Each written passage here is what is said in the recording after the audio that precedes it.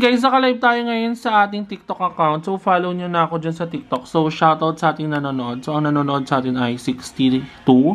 At ayan, mga comment dyan. So, hello kayo lahat. Makikita nyo yung sarili nyo dyan. Ayan yung mga nanonood sa atin. Hi guys! Welcome to my channel! Ngayon, ang ganap natin today ay madami. Actually, it's already 5:30 PM na. At ngayon, ang kailangan kong gawin is mag-workout. Ay kaganina, suspended ng klase kanina, yung mga ibang teacher ko, hindi naman nila ni-required na magsulat kami, but ako personally, since wala naman akong gagawin, so magsusulat ako doon sa subject na hindi ko nasulatan nung pumasok ako. Kasi absent ako nung Tuesday. Kasi, ayun, namatay nga si Jiggy Boy. But anyway, ito lang yung outfit natin ngayon. Ayan, crop top siya na butterfly. Actually, matagal na to. And magdi-death anniversary na din pala si Kuya Lloyd sa September 4. Kaya gumawa si Mama ng maha. And then, pupunta kami sa Mosileo sa 4. Pupunta din yung mga bakla. So, ayun lang naman yung update sa atin. So, ang gagawin ko muna ngayon is mag-workout ako. Kasi, ayan, para matapos na natin yung kailangan natin ipasa. So anyway, ito yung mga sample na ginawa ni Mama ng mga maha. Actually, madami yan. Nandito sa rep yung iba. So meron ditong isang tray, iba pang tray. Ayan. Galing ba sa puso ang paggawa mo ng maha? Pag gumagawa ka ng kahit anong bagay, isa puso mo talaga para ang outcome masarap. Pero pag gumawa ka ng wala sa kondisyon, no taste. Paano ulit? Pag gumawa ka ng wala sa kondisyon, no taste. Ganun. So, nagluto si Mama ng shrimp for our dinner. Thanks, Mom. Makain muna tayo ng shrimp with sitaw or else. Mahihilo tayo habang nag-ano. Basta natuli mo, Yam. Magaling na guys. Pakita mo sa kanila. Charing lang. So, maaga nila yung tuli ni William at sobrang tangkad niya na agad.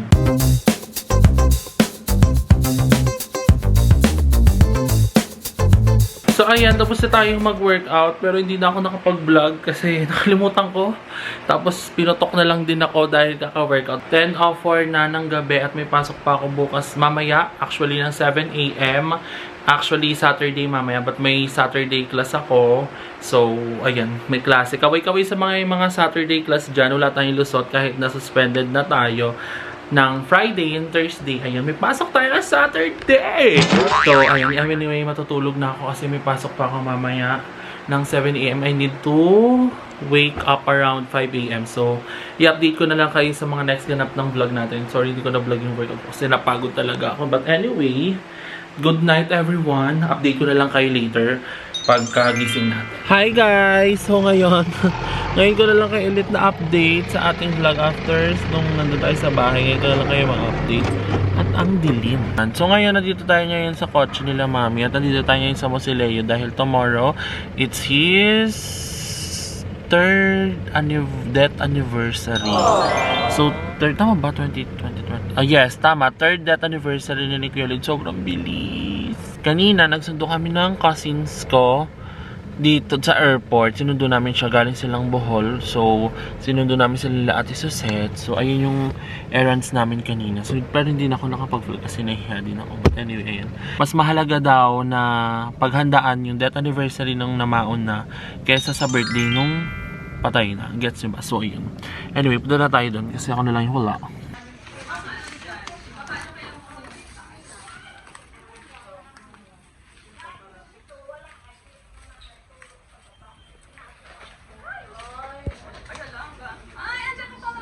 Hi, te. Fresh mo naman. Oh, grabe. Congrats. Grabe. Kanina ba kayo dito, te? Masalayo muna kami.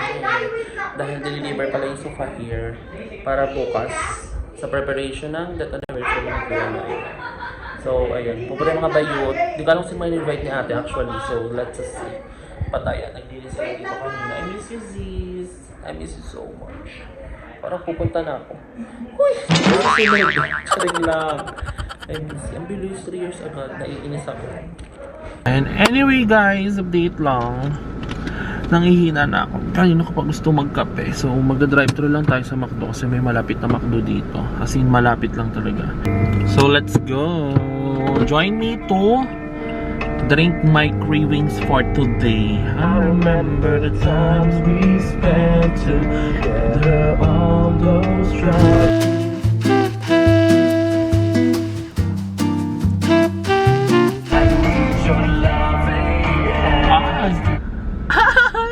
I'm happy, may coffee.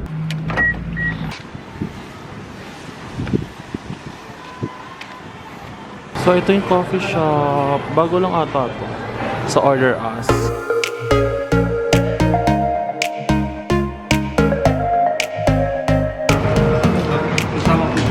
Done. So let's go to the car. So let's taste the coffee. Actually medyo pricey yung mga ano nila doon, menu.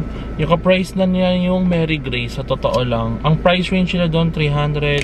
Ay, actually, almost 400. But let's see. Hindi ko naman natikman yung iba nilang menu doon kung masarap ba. Let's taste the coffee kung worth it ba.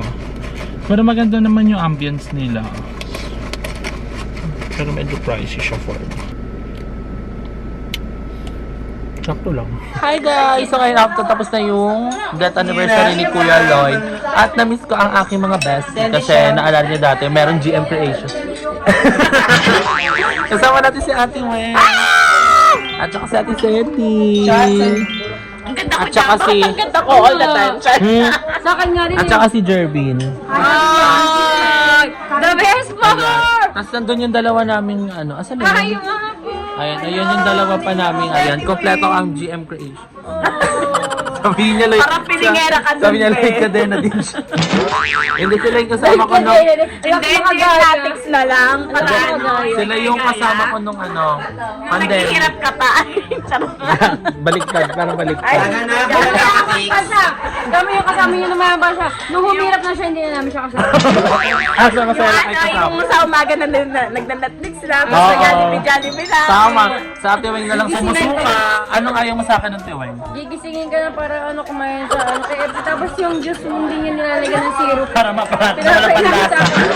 Na walang panlasa. Naalala ko yun. Paano ulit? Naalala ko yun.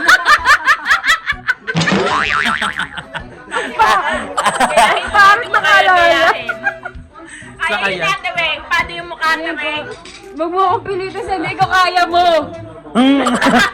Asim yan. Actually, ngayon na lang kami ulit nagsama. Ito, ang tagal ko itong di nakasama or nakita, no? Kasi pag pupunta ko ng kainin. Galing sa langit, bumaba lang. Papanggapin din. Yeah.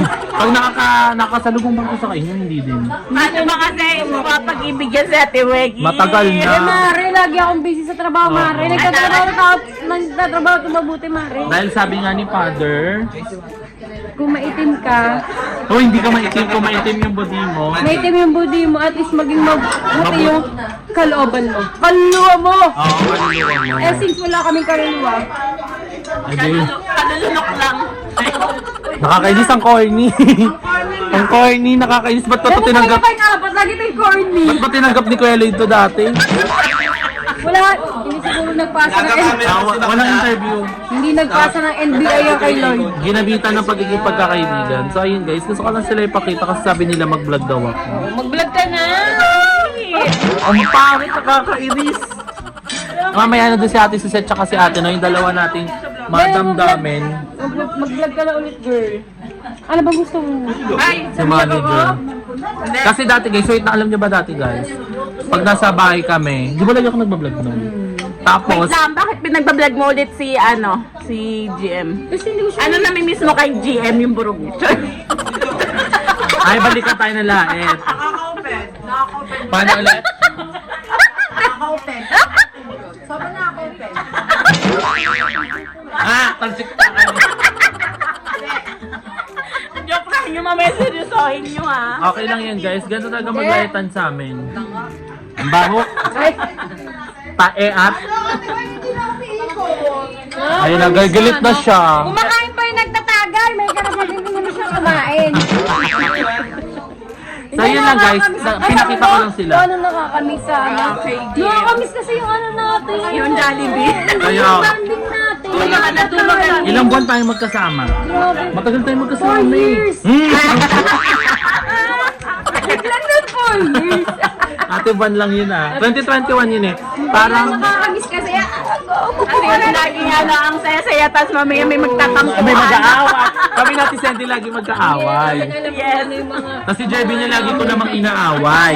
Tapos pag nag-aaway kami, tapos pag nag-aaway kami, walang nagsinuyuan. Kaya hanggang Patasan ng patay.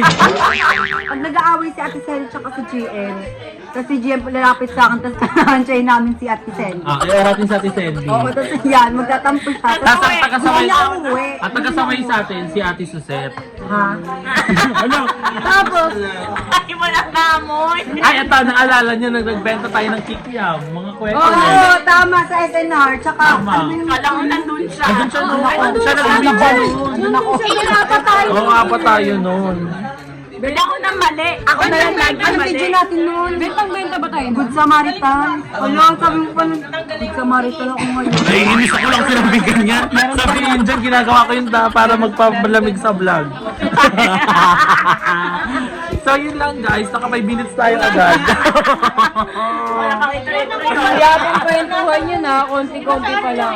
Sa akin, we're just having fun kasi kanina magkakasama kami sa death anniversary ni Kuya Lloyd. Parang 12 years na pala yung nakakaraan simula tayo nung Kanina nung nakaraang taon lang yun. Ay, halata si Ate Wig na matanda na. Age reveal. Ano, naiiyak siya? Iyak siya, wait lang. Ikaw yun eh. Ikaw yun lang. 12 years tayo, Pino. Simula tayo nag-vlog. Tapos nagkita tayo ng 2020. Uy, 5 years pa lang ako nag-vlog. Advance ka. Iba pala Ay, eto, ang isa sa mga first vlog natin nalala nyo, nung nagmukbang tayo ng breakfast. Oo, tama. Ay, hindi. Yun yun na. Kumain tayo ng ano, nung... Kaya ito sa Sel? Hindi, nung ano mo, carbonara. Ay, kumain mo tayo ng nagmukbang tayo na, ay, nagsangyup tayo. Ay, oo, yung nagbebelo pa ako. Oo. Yung nagbebelo pa ako. Ako tayo, yung nagsasabi tayo nila William. Ay, hindi, tayong tatlo, apat nila William lang yun. May samba ka nun. Doon ka muna. Ang pangit, pakakawa. Nagsangyup kami, tapos nagkumain tayo ng pasta tayong tatlo ulit. Sabi na nga ba, hindi ako kasama sa friendship niya, plastic lang pa Tapos nag-aaway. pumatok nun si... Sabi ng viewers, nahito na lang talaga kami. Nahito na lang talaga kami. Diba, tatlo kami na.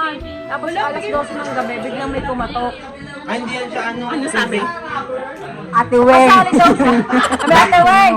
Ate Weng, ano pasalin daw Tama siya. natin, Weng. So guys, dito ko natatapusin yung vlog. Parang gagawin yung ilong ko. Anyway guys, dito ko natatapusin yung vlog. I hope na na-enjoy nyo. Super raw ng vlog na to. But I hope ayun yung ganap nung death anniversary ni Kuya Lloyd kahapon. So I hope na na-enjoy nyo. Yun lang yung nakuha kong clips kasi wala talaga kaming plan mag-vlog. But gusto kasing ipakita sila Ate Weng sa vlog ko sa Ate Sen and si Jervin kasi na-miss namin yung mga memories namin nung magkakasama kami nung pandemic. So ayun lang guys. I hope na na-enjoy nyo. Don't forget to like and share this video at mag-share na kayo sa akin channel. George Condesa. I love you all.